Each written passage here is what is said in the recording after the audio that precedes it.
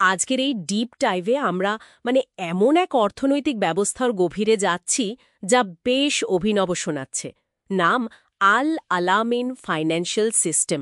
বাংলায় বললে হয়তো বিশ্বজগতের আর্থিক ব্যবস্থা। আমাদের হাতে এর মূল প্রস্তাবনার কিছু অংশ আছে। এটা লিখেছেন আব্দুল কাদের হাসাসিনে। বলা হচ্ছে এই সিস্টেম নাকি সুদ আর মুদ্রাস্ফীতিকে একদম শেষ করে দেবে আর দারিদ্র্য দূর করবে। এটা কি আসলেই সম্ভব? হ্যাঁ, লক্ষ্যটা খুবই উচ্চাভিলাষী বলতে হবে। সুদ বা রিবা যাকে বলে আর মুদ্রাস্ফীতি এই দুটোকে পুরোপুরি বাদ দেওয়ার কথা, আর সেটার মাধ্যমে দারিদ্র্যের অবসান ঘটানো।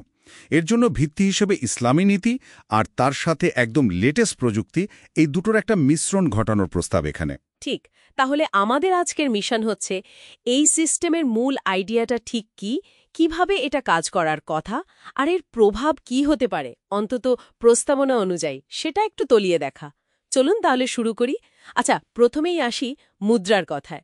একটা নতুন ডিজিটাল মুদ্রার কথা বলা হচ্ছে, তাই না? একদম। শুরুটা হবে ডিজিটাল গোল্ড গ্রাম কারেন্সি দিয়ে, মানে একটা ডিজিটাল মুদ্রা যার ভিত্তি হবে 18 ক্যারেট সোনা। আর ইন্টারেস্টিং ব্যাপার হলো, এই মুদ্রা নিজেই নিজের মান ধরে রাখবে, মানে এর জন্য আলাদা কোনো গোল্ড রিজার্ভ বা অন্য কিছু লাগবে না। আর যেহেতু এটা সোনার মানের সাথে বাঁধা, প্রস্তাবকের দাবি এটা মুদ্রাস্ফীতি মুক্ত হবে। সোনার ওপর ভিত্তি করে ডিজিটাল মুদ্রা, একটু অন্যরকম তো বটেই। আচ্ছা, লেনদেনটা কিভাবে হবে? ইন্টারনেট লাগবে নিশ্চয়ই। এখানেই তো আরেকটা ব্যাপার। প্রস্তাব বলছে লেনদেন হবে মোবাইল ফোনের সিম কার্ড ব্যবহার করে, ইন্টারনেট দরকারই হবে না। ভাবুন, অনেকটা মোবাইল রিচার্জ করার মতো। বেশ সহজ আর নিরাপদ হবে, এই হলো গিয়ে দাবি। আর পরে এই গোল্ড কারেন্সি নাকি আবার ডিজিটাল টাইম কারেন্সিতে পাল্টে যাবে। Time currency?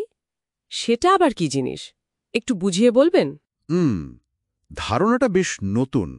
ওরা বলছে 85 গ্রাম সোনার তখনকার বাজার মূল্য যা হবে, সেটাকে হিজরি বছরের মোট ঘণ্টা দিয়ে ভাগ করা হবে। এই ভাগফলটাই হবে প্রতি ঘণ্টার আর্থিক মান। আর যখন এই মুদ্রা ব্যবহার করা হবে, যেমন ধরুন ফোন কল বা ইন্টারনেটের জন্য, তখন ব্যালেন্সটা খরচ হয়ে যাবে, মানে বার্ন হয়ে যাবে, সিস্টেম থেকে বেরিয়ে যাবে। এতে নাকি অতিরিক্ত মুদ্রা জমে মুদ্রাস্ফীতি আর হতে পারবে না। এই হলো যুক্তি। ইন্টারেস্টিং। আইডিয়াটা একদম নতুন। আচ্ছা, এবার আসি জাকাতের কথায়। ইসলামী অর্থনীতিতে জাকাত তো একটা স্তম্ভ। এই সিস্টেমে এর জায়গাটা কোথায়? এখানে জাকাত একেবারে কেন্দ্রে আছে। মানে সিস্টেমের ভেতরেই জাকাতের নিয়মটা ঢোকানো থাকবে। যেমন নিসাব, মানে সর্বনিম্ন কত সম্পদ থাকলে জাকাত দিতে হবে, যেটা এখানে 85 গ্রাম 18 ক্যারেট সোনা ধরা হয়েছে, আর হার মানে 2.5%। সবচেয়ে বড় ব্যাপার হলো, এই জাকাত আদায় আর বিতরণ দুটোই নাকি হবে অটোমেটিক, প্রায় সঙ্গে সঙ্গে। কোনো দেরি বা জটিলতা থাকবে না। অটোমেটিক জাকাত, তার মানে তো সব লেনদেন, সব জমার ওপর নজর রাখা হবে। আচ্ছা, এই সিস্টেমটা সাধারণ মানুষের জন্য বা ধরুন ব্যাংক কিংবা রাষ্ট্রের জন্য কতটা সুবিধার হবে বলে বলা হচ্ছে? প্রস্তাবনা অনুযায়ী সবার জন্যই নাকি সুবিধা আছে। যেমন সাধারণ মানুষ সুদ ছাড়া লোন বা ফাইন্যান্সিং পাবে। ওখানে ইসলামী মুরাবাহা পদ্ধতির কথা বলা হয়েছে। মানে ধরুন একটা জিনিস কেনার জন্য ব্যাংক 51% আর গ্রাহক 49% টাকা দিল। পরে গ্রাহক ধীরে ধীরে ব্যাংকের অংশটা কিনে নেবে, লাভসহ একটা পূর্বনির্ধারিত দামে। আরেকটা ইন্টারেস্টিং কথা হলো, যাদের বার্ষিক সঞ্চয়ে নিসাবের নিচে থাকবে তাদের জন্য নাকি অবসর গ্রহণের সুযোগও তৈরি হবে। বাহ! আর ব্যাংক বা রাষ্ট্রের কি লাভ? ওদের তো সুদ বা ট্যাক্সের আয় থাকছে না। ঠিক ধরেছেন। ব্যাংকগুলোর জন্য সুদ, লেনদেন ফি এসব কিচ্ছু থাকবে না, 0%। ওদের আয় আসবে অন্যভাবে। যেমন গ্রাহকদের জমার ওপর ওরা নাকি মাসিক 2.5% সহায়তা পাবে, সম্ভবত সিস্টেমের ভেতর থেকেই। আর নতুন নতুন আর্থিক সেবা চালু করে আয় করবে। একইভাবে রাষ্ট্রগুলো তাদের নাগরিকদের মোট জমার উপর মাসিক 2.5% সহায়তা পাবে, কিন্তু কোনো ট্যাক্স বা শুল্ক থাকবে না, 0%। 0% ট্যাক্স, 0% সুদ, এ তো পুরো অর্থনীতির চেহারা পাল্টে দেওয়ার মতো কথা। কোনো নির্দিষ্ট দেশের কথা কি উল্লেখ করা হয়েছে এই প্রস্তাবে? মানে যেখানে এটা চালু করা যেতে পারে? হ্যাঁ, কাতারের কথা বিশেষভাবে বলা হয়েছে। প্রস্তাবে দাবি করা হচ্ছে যে এই সিস্টেমটা কাতারের যে ন্যাশনাল ভিশন 2030 আছে, মানে অর্থনৈতিক বৈচিত্র্য আনা, সামাজিক ন্যায় বিচার, টেকসই উন্নয়ন, এই লক্ষ্যগুলো পূরণে নাকি দারুণ সাহায্য করতে পারে। এমনকি প্রস্তাবক মনে করেন কাতার এই সিস্টেম চালু করলে নতুন বিশ্ব আর্থিক ব্যবস্থার কেন্দ্র হয়ে উঠতে পারে। প্রযুক্তি ব্যবহারের কথাও তো বলছিলেন, আর্টিফিশিয়াল ইন্টেলিজেন্স বা বায়োমেট্রিক্সের মতো জিনিস।